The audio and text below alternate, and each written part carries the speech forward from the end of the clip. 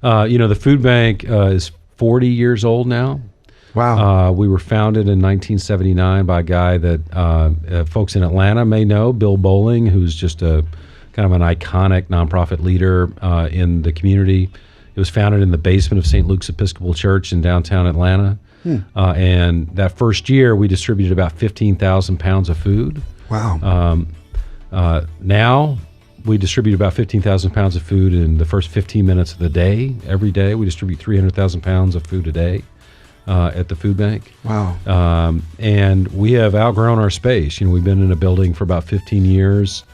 In those 15 years, we have grown our output by about 6 times what we were when we moved into the building. And we're out of space. We don't have enough freezer cooler space to handle all the produce that we move now.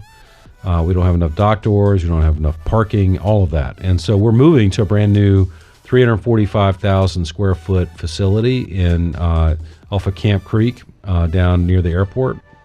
And it's going to allow us to really expand our impact, to distribute more food to more people more often, to distribute more perishable items, to engage volunteers in a new way, to engage the community in a new way. And it's been an unbelievable effort. We've raised more than $50 million to make that happen. And we're going to move in February. So, man, it's an exciting time at the food bank. Yeah, it's a really exciting time. Yeah. Okay, so here you are. It's a growing organization, a really impactful organization, a big organization, a complex organization.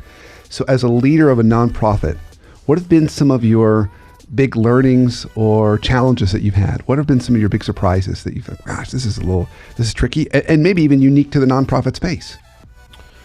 Yeah, well, I think the challenges that we have experienced since I moved into this role 4 years ago are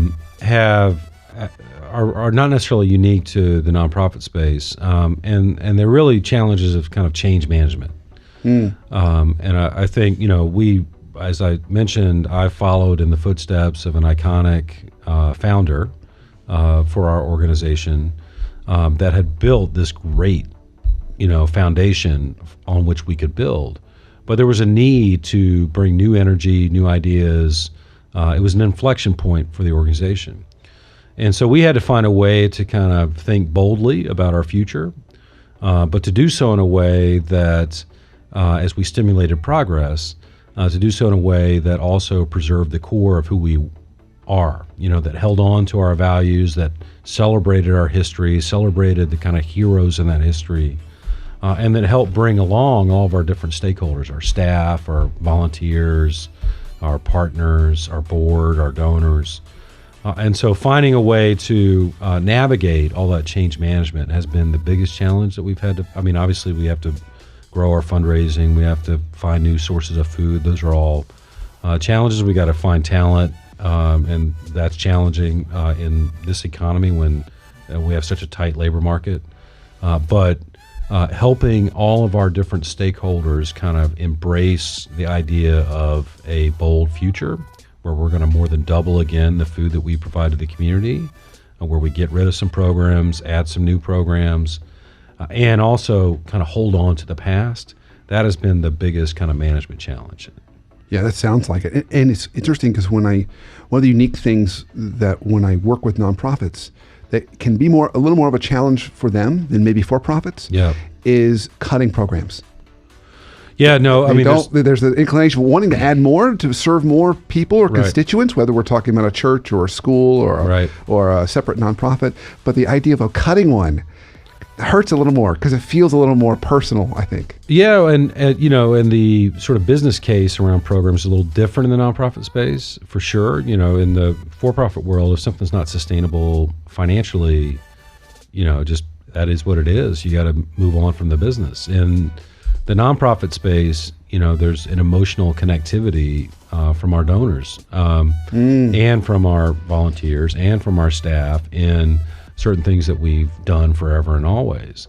And to get folks aligned to the idea that, hey, this is not mission central, that we don't have the capacity or the support to continue this program is very challenging. We've done that in a couple cases now.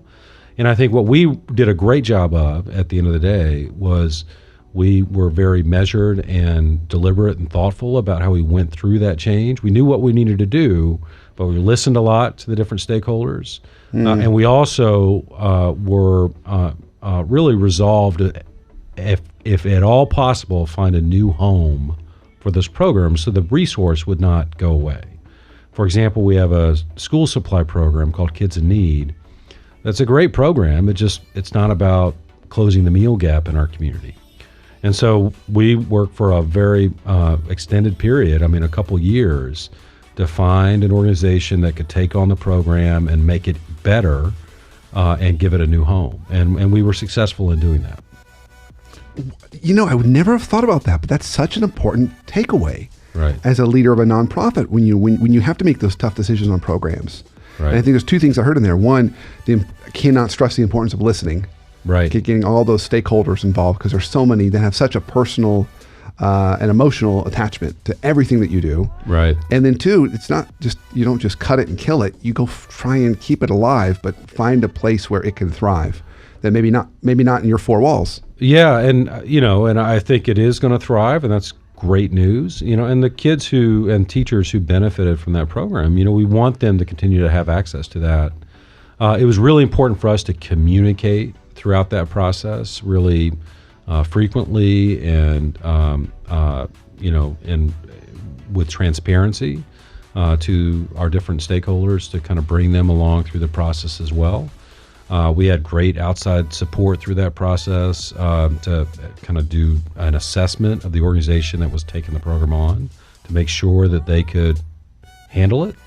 And I think the result of that is that it just has made the ending, even though it took a lot longer, much more successful than it would have been had we operated more quickly and just sort of quickly gotten rid of the program. That would have been much messier and harder to deal with on the back end than it is now. And so, we're fortunate that we've been able to navigate it the way that we have.